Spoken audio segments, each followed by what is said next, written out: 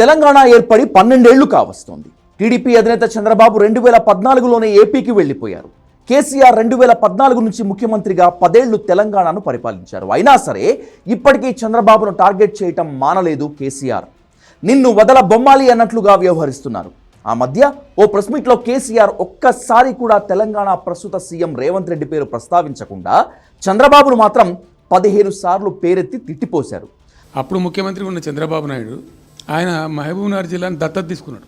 ఆయన దత్తతలో ఉండే చేసి నేను అడాప్ట్ చేసుకుంటున్నా ఈ కరువు జిల్లా, దీన్ని అది చేస్తా ఇది చేస్తా పొడి చేస్తా అని మాటలు చెప్పి ఇష్టం వచ్చినన్ని పునాదిరాలు వేసిండు. కలవకుర్తి, మన్ను, మశాను రకరకాల పునాదిరాలు వేసుకుంటూ ఉద్యమ సందర్భంగా నేను చేసే ఉపన్యాసాలలో నేను మాట్లాడేది ఈ పునాదిరాలన్నీ ఎందుకు మనకు పట్క ఏడుస్తానిక చూస్తానిక ఏం లాభము? అసలు ఎందుకు కేసీఆర్ ఇంకా చంద్రబాబుని మర్చిపోలేకపోతున్నారు? చంద్రబాబుపై అంత పగా ప్రతీకారంతో ఎందుకు రగిలిపోతున్నారు?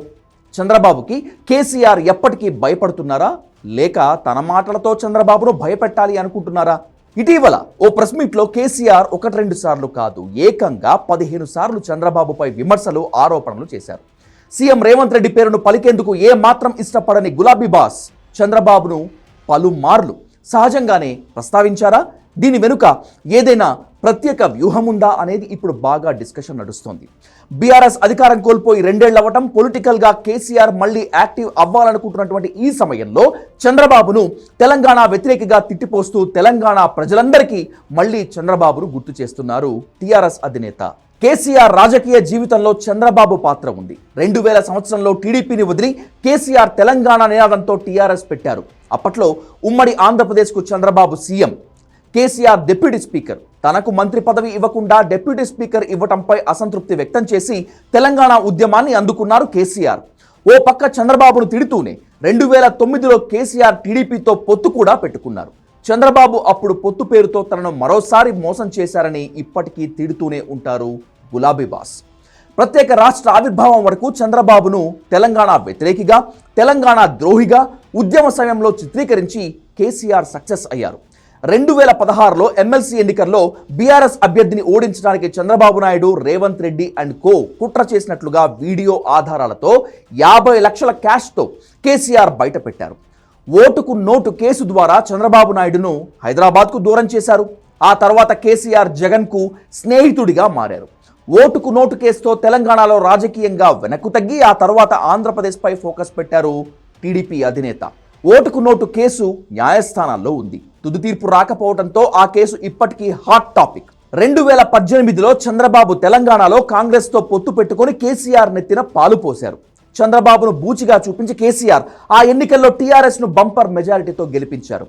ఆంధ్రావాడికి తెలంగాణలో ఏం పని, చంద్రబాబు మళ్ళీ తెలంగాణలో అడుగు పెడుతున్నాడు అనే 2 మాటలతో రెండవసారి అధికారంలోకి వచ్చారు కేసీఆర్. తెలంగాణలో 10 ఏళ్లు అధికారంలో ఉన్నప్పుడు ప్రధానంగా రెండవసారి అధికారంలోకి వచ్చాక బాబును తెలంగాణ వ్యతిరేకంగా ముద్ర వేశారు కేసీఆర్.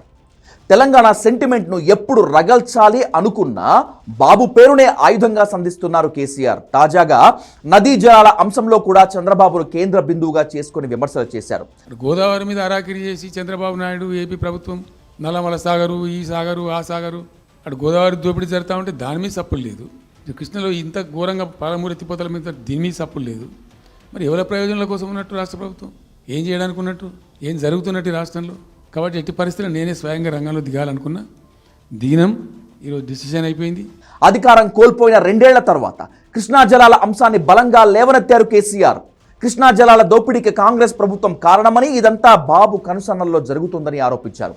పాలమూరు రంగారెడ్డి ప్రాజెక్టు కోసం కాంగ్రెస్ సర్కార్ 465 టీఎంసీలకు కుదించడం వెనుక చంద్రబాబు హస్తం ఉందని ఆరోపించారు. ముఖ్యమంత్రుడిగా ఉన్న సమయంలో జగన్, కేసీఆర్ మధ్య బలమైన స్నేహం ఉండేది. 2019 ఎన్నికల్లో జగన్కి కేసీఆర్ ఆర్థికంగా కూడా సహాయం చేశారు. సీఎంగా జగన్ ప్రమాణ స్వీకారానికి స్వయంగా హాజరై ఆశీర్వదించి మరీ వచ్చారు. 2019-24 మధ్య జగన్ అధికారంలో ఉన్నంతకాలం ఏపీతో కేసీఆర్కి ఇబ్బందులు రాలేదు. మళ్ళీ ఇప్పుడు కేసీఆర్ జలదోపిడీ అంశాన్ని ఎత్తుకున్నారు. నల్గొండ, మహబూబ్ నగర్, రంగారెడ్డి ఉమ్మడి జిల్లాలు చంద్రబాబు నాయుడు నీటి దోపిడీతో బీడు భూములుగా మారుతున్నాయని ఆరోపించారు. తెలంగాణలో కాంగ్రెస్ ప్రభుత్వ వైఫల్యం వల్లే ఇదంతా జరుగుతోందని విమర్శించారు. ఈ రకంగా పదే చంద్రబాబుని బూచిగా చూపించి మళ్ళీ తెలంగాణ సెంటిమెంట్కు ఆజ్యం పోస్తున్నారు. తెలంగాణ ముఖ్యమంత్రి రేవంత్ రెడ్డి, ఏపీ సీఎం చంద్రబాబు నాయుడు గురు శిష్యులు. ఇప్పటికీ రేవంత్ రెడ్డి చంద్రబాబు నాయుడు డైరెక్షన్లో పనిచేస్తున్నారని, వాళ్ళిద్దరి మధ్య ఆర్థిక సంబంధాలు, రాజకీయ సంబంధాలు బలంగా ఉన్నాయని, రేవంత్ రెడ్డి చంద్రబాబుకు లొంగిపోయి తెలంగాణకు అన్యాయం చేస్తున్నారని చెప్పడమే కేసీఆర్ టార్గెట్. అంతేకాదు, తెలంగాణలో చంద్రబాబు బీజేపీ సాయంతో మళ్లీ కూటమి కడతాడేమోనని భయం కేసీఆర్కు లేకపోలేదు. బీజేపీతో తెర వెనుక సంబంధాల కోసం ఇప్పటికే ప్రయత్నాలు ప్రారంభించిన కేసీఆర్ బాబు వాటిని చెడగొడతారనే అనుమానంతో రగిలిపోతున్నారు. ఏ రకంగా చూసినా కేసీఆర్ జీవితంలో చంద్రబాబు అనే వ్యక్తి ఓ పెద్ద విలన్. బాబు ఉన్నంతకాలం ఏదో రకంగా తనను డిస్టర్బ్ చేస్తూనే ఉంటాడని, రాజకీయంగా తనను ఇబ్బంది పెడుతూనే ఉంటారని కేసీఆర్ బలంగా నమ్ముతున్నారు. అందుకే చంద్రబాబును తెలంగాణకు విలన్గా చూపించి తిరిగి సెంటిమెంట్ రగిలించి తెలంగాణ రాజకీయాలను మొత్తం తన కంట్రోల్లో పెట్టుకోవాలనుకుంటున్నారు కేసీఆర్. నా మిత్రుడికి శత్రువు నాకు కూడా శత్రువే అనే ఫార్ములాని స్పష్టంగా నమ్ముతారు కేసీఆర్. జగన్కి శత్రువు చంద్రబాబు, అందుకే తనకు కూడా బాబు శాశ్వత శత్రువు అనేది కేసీఆర్ అభిప్రాయం. రాబోయే రోజుల్లో తెలంగాణలో సెంటిమెంట్లు రగిలించడానికి చంద్రబాబుని ఆయుధంగా వాడుతున్నారు బీఆర్ఎస్ అధినేత. అయితే జగన్ సీఎంగా ఉన్నప్పుడు, ఇంటికి పిలిచి ఇప్పుడు బిర్యానీ వడ్డించినప్పుడు, కాళేశ్వరం ప్రాజెక్టుకు తీసుకెళ్లినప్పుడు, రోజా ఇంట్లో చేపల పులుసు తిన్నప్పుడు కేసీఆర్కు కృష్ణా జలాలు గుర్తుకు రాలేదా అంటూ తెలంగాణ కాంగ్రెస్ నేతలు ప్రశ్నిస్తున్నారు. ఏది ఏమైనా అప్పుడు మౌనం, ఇప్పుడు మాత్రం విమర్శలు, ఆరోపణలు చేయటంతో అధికార దాహంతోనే పాత సెంటిమెంట్ అస్త్రాలకు కేసీఆర్ మళ్లీ పదును పెడుతున్నారనే విమర్శలు ఇప్పుడు వస్తున్నాయి.